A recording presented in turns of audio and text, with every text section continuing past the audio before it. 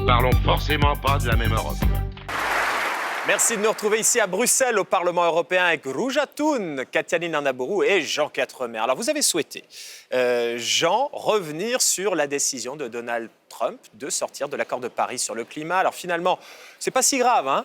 Près de 40% des États et des villes américaines ont d'ores et déjà décidé de l'appliquer, cet accord, coûte que coûte. Et pour la première fois, un accord international devrait sans doute s'appliquer contre la volonté d'un État, ce qui manque pas de sel. Mais cela montre aussi que Washington a choisi un chemin solitaire qui l'éloigne de plus en plus des Européens et du reste du monde. Alors, Jean, bonne ou mauvaise nouvelle pour l'Union européenne a priori? Plutôt bonne. Plutôt bonne? C'est ce que je vais vous expliquer maintenant. La chronique de Jean Quatremer de Libération. Moi, quand on m'en fait trop, je correctionne plus. Je dynamite. Je disperse. Je ventile.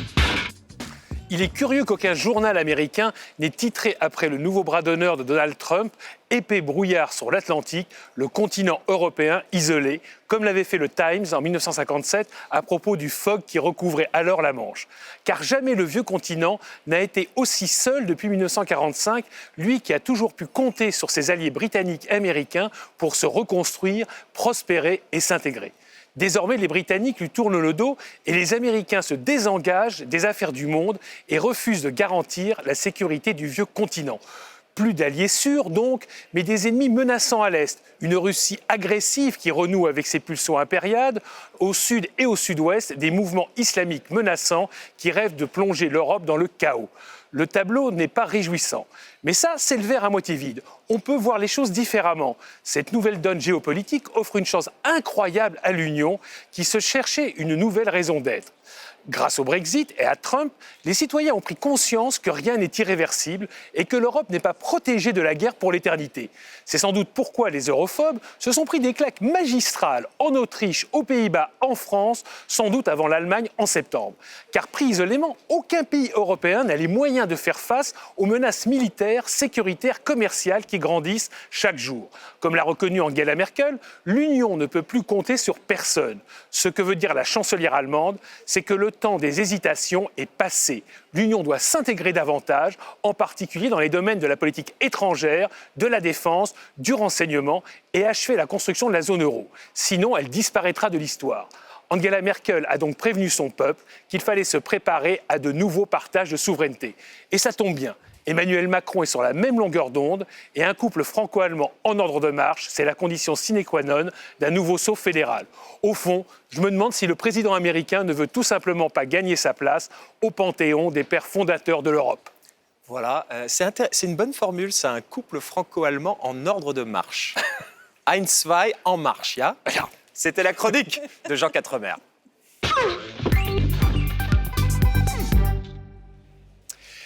Parmi les autres points intéressants dans ce que vient de dire Jean Quatremer, Rouja Thun, c'est que les Européens se sont rendus compte que l'Europe n'était pas protégée pour l'éternité avec le Brexit, avec Trump. Et c'est pour ça que les europhobes se sont pris des claques. Est-ce que vous partagez cette analyse? Je ne suis pas tellement optimiste.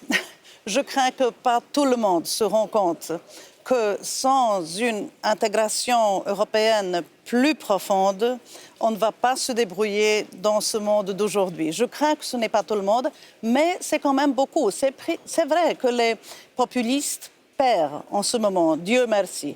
Les populistes perdent, pas partout malheureusement. En Pologne, nous en avons encore quelques-uns. Mais j'espère qu'en Pologne aussi, on comprend de plus en plus que la responsabilité pour l'Europe est la nôtre. Et quand j'entends ce Ein, zwei, en marche, je voudrais bien que ce soit Ein, zwei, en marche, idziemy. Moi, je veux bien le triangle de Weimar et je voudrais que la Pologne soit aussi au centre de l'Union européenne. Ça veut dire ensemble en polonais? On y va, on va. On y va. Idziemy. Donc Ein, zwei, en marche, idziemy. On retient.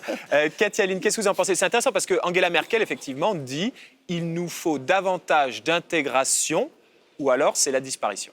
Mais je suis assez d'accord avec ce diagnostic et je pense que c'est l'occasion en or pour l'Europe de sortir de sa torpeur, à la fois sur la scène internationale où elle pourrait redevenir ou devenir un acteur majeur. Alors pas question de gommer des années, des décennies de relations transatlantiques, mais de développer de nouveaux partenariats, notamment avec la Chine, on les a vus sur la question climatique. Et puis, deuxièmement, cette possibilité de relancer un projet en panne, de redonner, donc de sortir l'Europe de sa torpeur, je le répète. Et comment ? Eh bien, en développant des projets concrets autour du couple franco-allemand, comme par exemple cette Europe de la défense. Jean ? Non, mais le problème, c'est qu'on peut... Moi, je vois plutôt le verre à moitié plein, parce que la victoire d'Emmanuel Macron a quand même été une divine surprise. Non pas, on savait qu'il gagnerait, mais à 66%, on ne le voyait pas venir. Donc je pense que quelque part, les Français se sont prononcés contre le Frexit, et on dit clairement qu'ils ne voulaient pas sortir de l'Europe. Donc c'est une bonne nouvelle. Mais ça ne veut pas dire qu'ils adhèrent à cette Europe. Et je crois qu'on a un sursis de 5 ans. C'est-à-dire que si pendant les 5 ans qui viennent, eh bien, on n'agit pas, on ne s'approfondit pas et on n'apporte pas des réponses concrètes aux peurs et aux préoccupations de nos concitoyens, et bien la prochaine fois, on risque d'avoir Marine Le Pen en France, Geert Wilders aux Pays-Bas et ainsi de suite. Quand vous dites les 5 ans, c'est que vous vous mettez sur l'agenda électoral français. Oui, je me calme, bien sûr. Mais je suis franchouillard, vous le savez bien. Parce qu'il y a 2 ans et demi, Jean-Claude Juncker avait dit que c'était la commission de la dernière chance. Or, il avait un mandat de 5 ans. Oui. Il lui reste plus que 2 ans et demi. Absolument, mais le problème, c'est que Jean-Claude Juncker n'a pas toutes les clés entre les mains.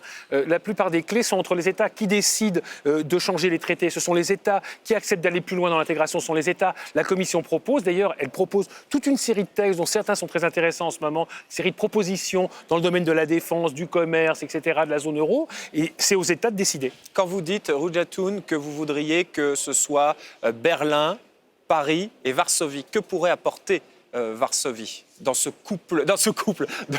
trio, dans ce ménage à 3 européen? Dans ce triangle de La plomberie. Ça y est. Par exemple. Pardonnez-lui, il ne sait pas ce qu'il fait. Nous connaissons toutes ces histoires avec le fameux et beau plombier polonais et nous en sommes très fiers. Vous avez raison. Non, mais que peut apporter le plombier polonais?